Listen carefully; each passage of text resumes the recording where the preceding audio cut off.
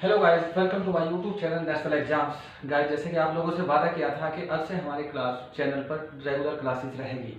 तो ये जो क्लास हो रही है ये उत्तराखंड ग्रुप सी के लिए है और बाकी हम यहाँ जीएस से शुरू करेंगे। पहले आप लोगों को बता ही दिया था और यहाँ जीएस में भी हम ज्योग्राफी का पार्ट शुरू करेंगे क्योंकि ज्योग्राफी में इन्वायरमेंट और जनसंख्या उद्योग सारे कवर हो जाएंगे साथ साथ। तो गाइस चलिए शुरू करते हैं और यहाँ हम केवल ग्रुप सी का लेवल रखेंगे। अगर आपको बहुत ज़्यादा डिटेल से ये टॉपिक्स पढ़ने होंगे, जैसे अभी ब्रह्मांड पढ़ेंगे, तो आप हमारे चैनल पर जाएं, टीसीएस की लिस्ट है, वहाँ बहुत डिटेल से समझाया गया है। लगभग 2 घंटे करेंगे क्लास है। तो चलिए गाइस शुरू करते हैं पहले। ठीक, तो सबसे पहले हम पढ़ते हैं ब्रह्मांड क्या होता है। ब्रह्मांड मतलब यूनिवर्स।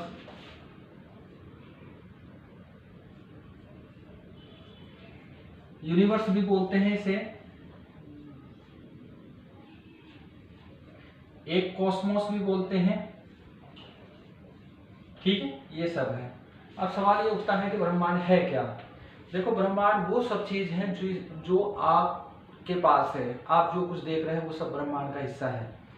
आपके हाथ में मोबाइल या लैपटॉप है जिससे वीडियो देख रहे हैं, वो भी ब्रह्मांड का हिस्सा है। आप जिस रूम में रहते हैं, कमरे में रहते हैं, वो भी ब्रह्मांड का हिस्सा है। बाहर आकाश में जाते हैं, वो भी ब्रह्मांड का हिस्सा है। आपके बीच, आपके और किसी वस्तु के बीच में जो खाली स्थान है, यानी कि जो बिल्कुल बिल्कुल खाली स्थान है, वहां कोई नहीं है, तो वो भी ब्रह्मांड का हिस्सा है। वो भी ब्रह्मांड के अंदर से ही निकला है। अब सवाल ये उठता है कि ब्रह्मांड बना था कैसे, इसकी उत्पत्ति कैसे हुई थी, यानी कि इसका ओरिजिन कैसे हुआ है। तो लिख लेते हैं उत्पत्ति। इसकी उत्पत्ति कब हुई और कैसे हुई। देखो, अब से लगभग ये माना जाता है, इसके बारे में थ्योरी बताऊंगा कि इसकी उत्पत्ति की कौन कौन सी थ्योरी है। ये माना जाता है लगभग के अब से 13 से 15 खरब वर्ष पूर्व इसकी उत्पत्ति हुई है। ठीक है, लगभग सभी साइंटिस्ट इस बात को मानते हैं। तो गाइस, और इसमें थ्योरी में 3 है, वो 3 थ्योरी देख लेते हैं कौन कौन सी है। एक है इसमें सबसे, इसकी उत्पत्ति की जो थ्योरी है, जो सिद्धांत है, पहला जो सिद्धांत है इसमें, पहला नहीं या पहला या दूसरा जो भी कह सकते हैं इसमें, तो यह है साम्यावस्था सिद्धांत। साम्यावस्था सिद्धांत, ये इसकी उत्पत्ति का सिद्धांत है। ठीक है, ये दिया था थॉमस गॉल्डी और हरमन बॉन्डी ने। ये इसे दिया था थॉमस गॉल्डी और हरमन बॉन्डी,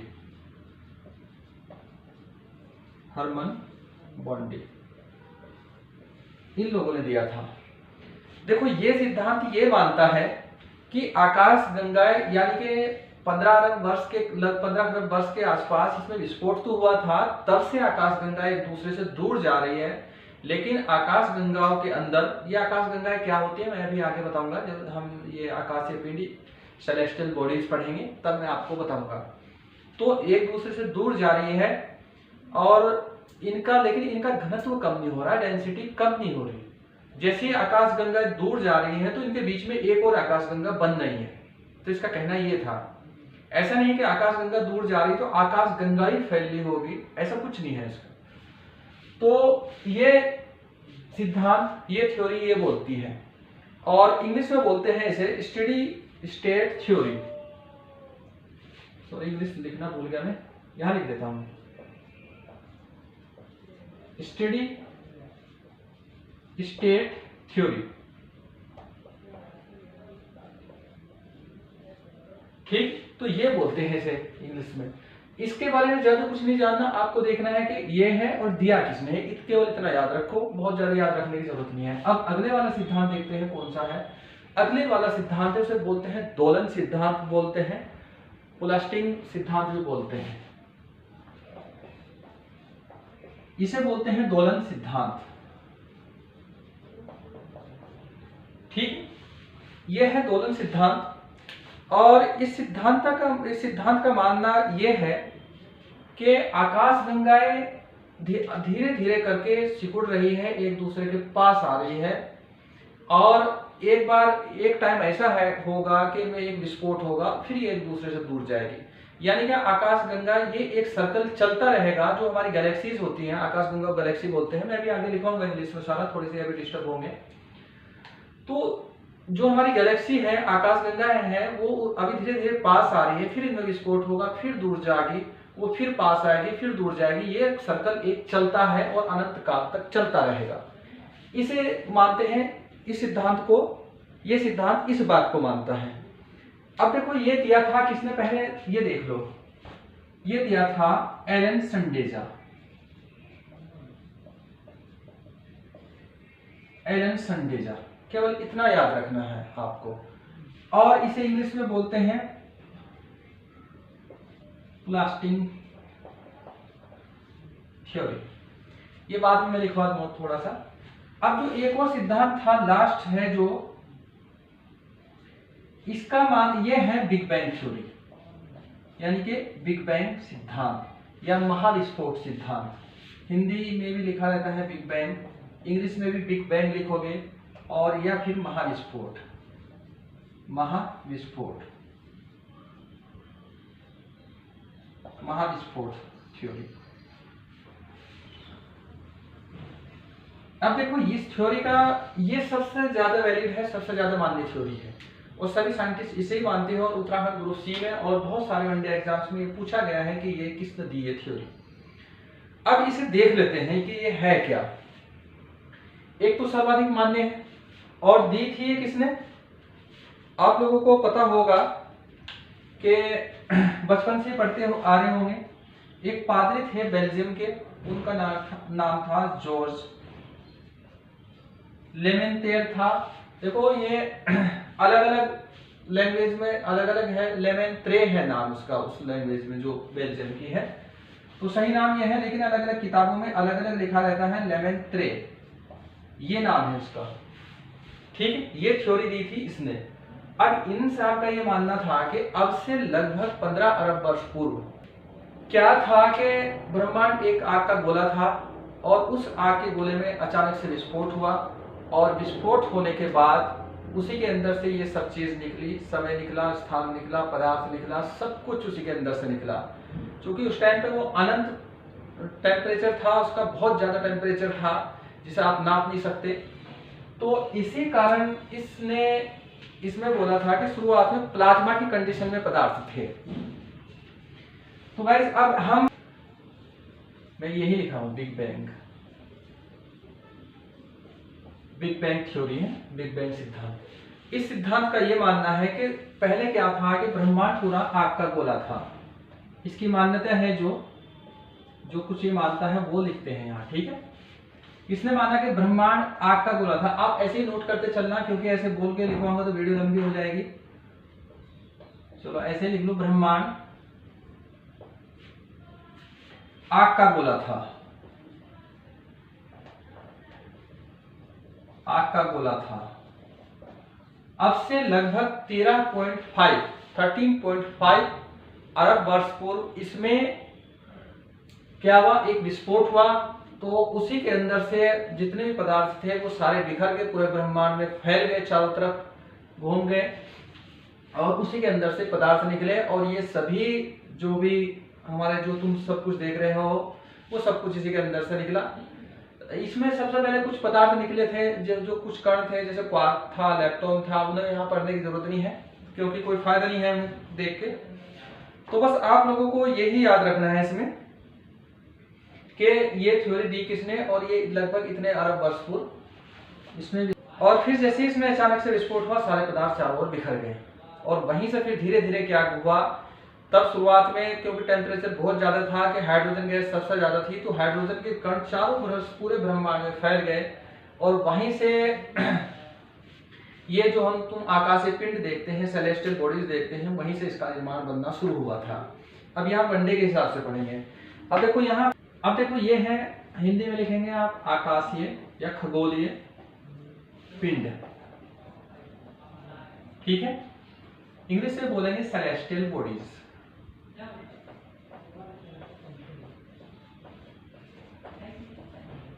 तो इंग्लिश में ये बोलेंगे।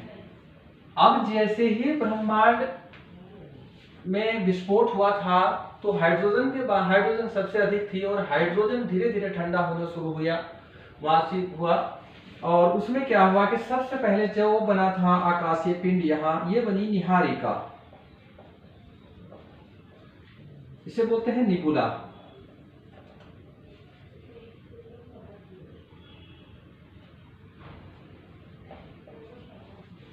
तो इसमें धीरे धीरे क्या हुआ, जैसे ही हाइड्रोजन के बादल इकट्ठा होने शुरू हुए, जैसे मान लो कि यहाँ ये पूरा ब्रह्मांड है, यहाँ बादल इकट्ठा होने शुरू हुए और ये कण एक दूसरे के पास आए, क्योंकि जैसे ही ठंडा होगा, ठंडा होने के बाद आप लोगों को मैं बताऊंगा, आपने साइंस पढ़ी भी होगी, देखा होगा कि ये कण एक दूसरे के पास आते हैं। जैसे ही पास आएंगे इनकी डेंसिटी बढ़ेगी तो ग्रेविटेशनल फोर्स भी बढ़ेगा, गुरुत्वाकर्षण भी बढ़ेगा। तो इसी कारण ये बादल पास आना शुरू हुए। अब जैसे ये पास होना शुरू हुए तो तब उस कंडीशन को कहा गया निहारिका। अब अगली जो स्थिति थी, जो अगला आकाशीय पिंड था, उसका नाम था आकाशगंगा, यानी कि गैलेक्सी।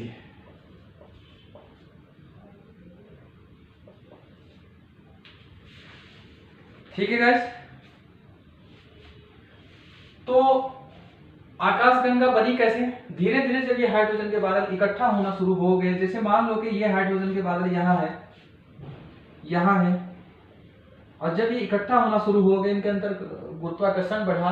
आपने बाहर वायुमंडल में, अंतरिक्ष में देखा होगा, बाहर जो आप ऊपर देखते होंगे वहां वैक्यूम है, निर्वात है, वहां कोई गुरुत्वाकर्षण किसी पर नहीं लग रहा। अगर कोई किसी के पास जा रहा तो तब लगेगा। तो धीरे धीरे इसने क्या किया कि जब ये ऐसे बादल थे तो इन्होंने घूमना शुरू कर दिया, ऐसे घूमना शुरू कर दिया। ये मैंने एक एग्जांपल बताया, हो सके किसी और तरीके से ऐसे घूम रही हो या ऐसे घूम रही हो, किसी भी तरीके से घूम सकती है। तो जैसे ही यह घूमना शुरू कर दिया, इन कणों ने यहाँ इकट्ठा होना शुरू कर दिया, तो ये कण यहाँ ऐसे जुड़ने शुरू हो गए, यहाँ ये कण ऐसे जुड़ने शुरू हो गए। यहाँ ये मैंने दूर दूर कर रहा हूँ, ये सब हाइड्रोजन के कण शुरू हुए। तो अब इस कंडीशन में क्या बन गई, या आकाशगंगा बन गई। मैंने एक तरीका बता दिया कि आकाशगंगा ऐसे बनी है, यानी कि हाइड्रोजन के इकट्ठा होने से। ठीक है गाइस, ये तरीका है, ये बनी है इसमें।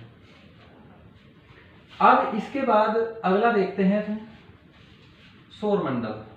और एक चीज थोड़ी सी और याद रखो आप, जैसे हाइड्रोजन के बादल इकट्ठा होने शुरू हुए यहाँ, और ये एक जगह इकट्ठा होने शुरू होंगे, तब ये पास पास आएंगे, तब गुरुत्वाकर्षण बल, ग्रेविटेशनल फोर्स के कारण एक दूसरे के पास आएंगे, तब इनमें घनत्व बढ़ेगा, और इनमें जब बहुत ज्यादा इनकी डेंसिटी हो जाएगी और दाब बहुत ज्यादा हो जाएगा, तो हाइड्रोजन के कण एक दूसरे से टकराने लगेंगे, और तब इनके अंदर एनर्जी होगी, अनंत ऊर्जा निकलेगी। तब एक स्थिति ऐसी आएगी कि ऊर्जा बहुत ज्यादा होगी, तब हाइड्रोजन के कण मिलकर हीलियम का कण बनाएंगे। उस कंडीशन को कहते हैं नाभिकीय संलयन, न्यूक्लियर फ्यूजन।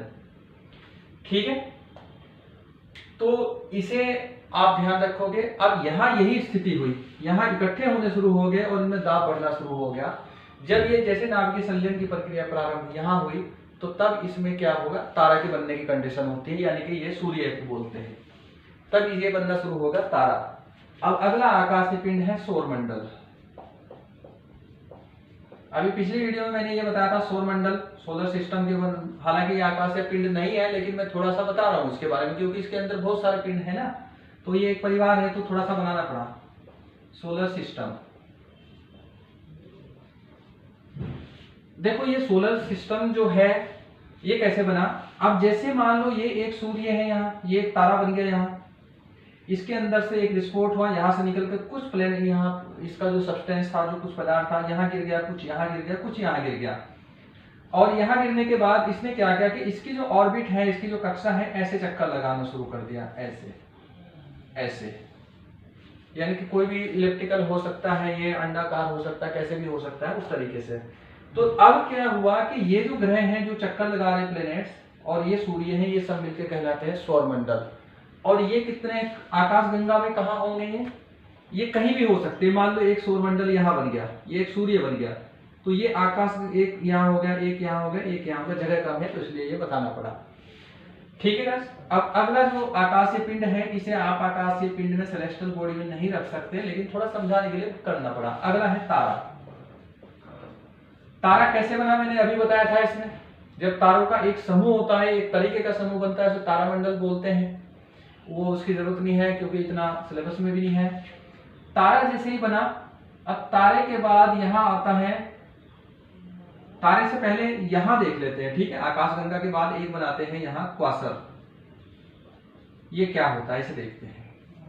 जब आकाशगंगा के केंद्र में बहुत सारे तारे इकट्ठे हो जाएंगे, उस कंडीशन को क्या कहेंगे तुम? क्वासर, ठीक है। उसे तब तुम कहोगे क्वासर, यानी कि आकाशगंगा के केंद्र में होगा क्वासर, और तारे बहुत ज्यादा होंगे तो प्रकाश बहुत ज्यादा होगा, और ये सबसे ज्यादा चमकेगा, इसलिए ब्रह्मांड का सबसे चमकीला क्षेत्र किसे कहते हैं? क्वासर को कहते हैं, ठीक है। ये आ गया अब तारा। यहाँ तारे के बाद एक होता है लाल दानव, ये तारे का ही भाग होता है, रेड डीमन बोलते हैं, रात दानव बोलते हैं। इसके बाद ब्लैक होल भी है, ये भी तारे से ही निकलता है ब्लैक होल। तो ये भी आकाशीय पिंडी है, इसके बारे में हम डिटेल से पढ़ेंगे आगे। इसके बारे में नहीं पढ़ेंगे, इसके बारे में तो मैंने बता दिया इतना ही जरूरी है, इसके बारे में इतना ही जरूरी है। हाँ, ये डिटेल से आप लोगों ने पढ़ लिया, एक वीडियो और बना देंगे, इसके बारे में भी डिटेल से पढ़ेंगे, ये सारी डिटेल से पढ़ी जाए क्योंकि सिलेबस में है। अगला जो आकाशीय पिंड जो होगा, जो सेलेस्टियल बॉडी होगी अगली, वो होगा ग्रह। ग्रह मतलब प्लेनेट बोलते हैं, सॉरी ये इनका नाम, तारे को स्टार बोलते हैं, और इंग्लिश वाले थोड़ा सा लिख लेना, इसे रेड डीमन बोलते हैं, इसे ब्लैक होल ही बोलेंगे, और ग्रह को प्लेनेट बोलेंगे, ठीक। तो ये ग्रह होगा। ग्रह की परिभाषा मैं आपको बाद में बताऊंगा। ग्रह ऐसी चीज है या ऐसा आकाशीय पिंड है जो सूर्य के चारों ओर अपनी एक निश्चित कक्षा में, जो उसकी सेट ऑर्बिट होती है, अपनी एक ऑर्बिट पे चक्कर लगा रहा होता है, उसे ग्रह बोलते हैं। अब अगला है इसका, थोड़ा इधर ले लेता हूं मैं नीचे यहां। अगला जो है, अगली सेलेस्टियल बॉडी को बोलते हैं उपग्रह, सैटेलाइट बोलते हैं इसे, यानी कि हर ग्रह का एक उपग्रह होगा। सूर्य जो ये ग्रह होता है, ये तारे के चक्कर लगाते हैं चारों ओर, ये जो होता है उपग्रह, ये इस ग्रह के चारों ओर चक्कर लगाता है। इसके बारे में बताएंगे, आगे पढ़ेंगे हम वहां से, ठीक है। उपग्रह के बाद अगला है इसमें क्षुद्र ग्रह, इंग्लिश में बोलते हैं एस्ट्रॉयड, AEST मैं लिख दूंगा नीचे।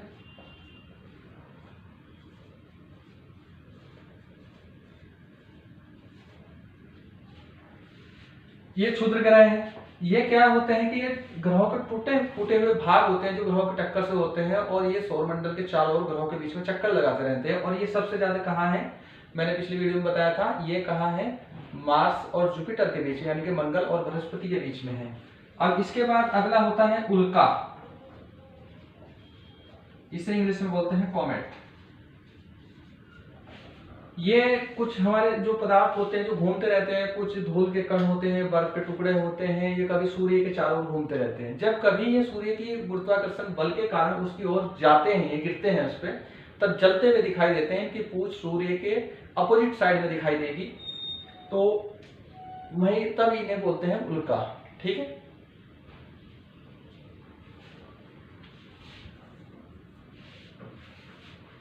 ठीक है गाइस, नहीं ये मैंने गलत बता दिया, उल्का नहीं, उसे बोलते हैं पुच्छल तारा। उल्का पृथ्वी पे गिरती है, ये पृथ्वी पे जब गिरती है उसे उल्कापात बोलते हैं। जैसे रात में तुमने देखा होगा कि ऊपर से टूटता हुआ एक तारा गिरता है, कोई आकाश से पिंड गिरता है, कि यहाँ के वायुमंडल में घिसने के कारण वो क्या होता है कि जलने लगता है, उसे बोलते हैं उल्का। अब इसका जो अगला भाग है उसे बोलते हैं धूमकेतु, ठीक है गाइस। उसे धूम गिरती है, पृथ्वी पे गिरती है। अब अगला है धूमकेतु,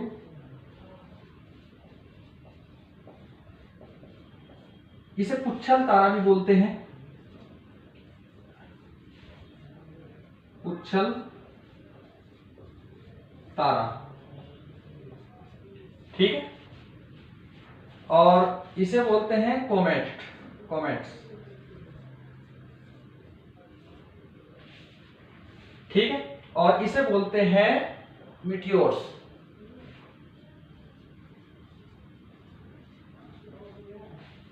बोलते हैं। तो गैस ये सारी चीज है जो आप लोगों को याद रखना है। आगे एक और होता है बोने ग्रह भी बोलते हैं, उसे भी कह सकते हैं, लेकिन मेन ये होते हैं, ड्वार्फ प्लेनेट बोलते हैं बोने ग्रह को। कोने ग्रह,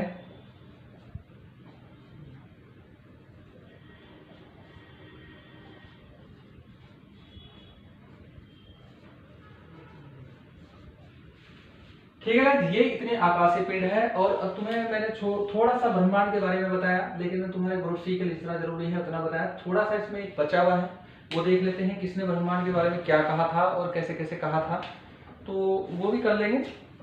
बस अभी क्या करना है आप लोगों को, ये ब्रह्मांड का और इसका थोड़ा सा ध्यान रखना है। अब कुछ तथ्य हैं जो बार बार पूछे गए हैं, उनके बारे में देख लेते हैं, ये आप नोट जरूर कर लेना।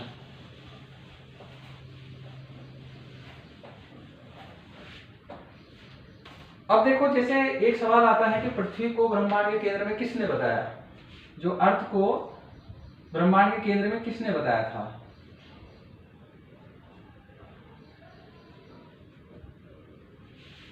ब्रह्मांड का सेंटर या केंद्र किसने कहा? ये कहा था टॉलमी ने। ये तुम्हें सीधा सीधा याद रखना है, ठीक है, टॉलमी ने बोला था ये। अब अगला सवाल यह है कि सूर्य को किसने बोला था ब्रह्मांड के केंद्र में? ये कोपरनिकस थे हमारे, हेलियोसेंट्रिक थ्योरी दी थी इन्होंने, और इन्होंने बताया था कि नहीं, ये सूर्य ब्रह्मांड के केंद्र में है, ठीक है। इन्होंने सूर्य को, ये जो का तू लिख लेना, ब्रह्मांड का केंद्र कहा। कौन थे? Nicholas Copernicus. निकोलस कोपरनिकस, ठीक है गाइस, तो इन्हें ध्यान रखना है तुम्हें। और इसके अलावा जो थे और क्वेश्चन जो आए हुए हैं, और हमारे जो एक केपलर थे, जोहानिस केपलर है इनका नाम, इन्होंने ग्रहों की गति के नियम दिए। हमारे जो ग्रह हैं, जो प्लैनेट्स हैं, किस हिसाब से घूमेंगे, कैसे कैसे घूमते हैं, वो दिया था केपलर ने। ग्रहों की गति के नियम बताए हैं। कौन था इनका नाम? जोहानेस केपलर, इनका नाम था जोहानेस केपलर। अब क्लास में इतना करते हैं, बाकी 3-4 जो फैक्ट है याद कर लेना, पूरे आकाश के लिए याद कर लेना। और एक चीज ध्यान रखना कि लास्ट में जैसे ही आप जाओगे, सारी चीजें एक दूसरे से जुड़ी हुई होगी, आपको कंटिन्यू क्लासेस देखनी है, नंबरिंग करके मैं क्लासेस कर दूंगा वहां, ठीक है। तो चलिए गाइस, मिलते हैं नेक्स्ट वीडियो में।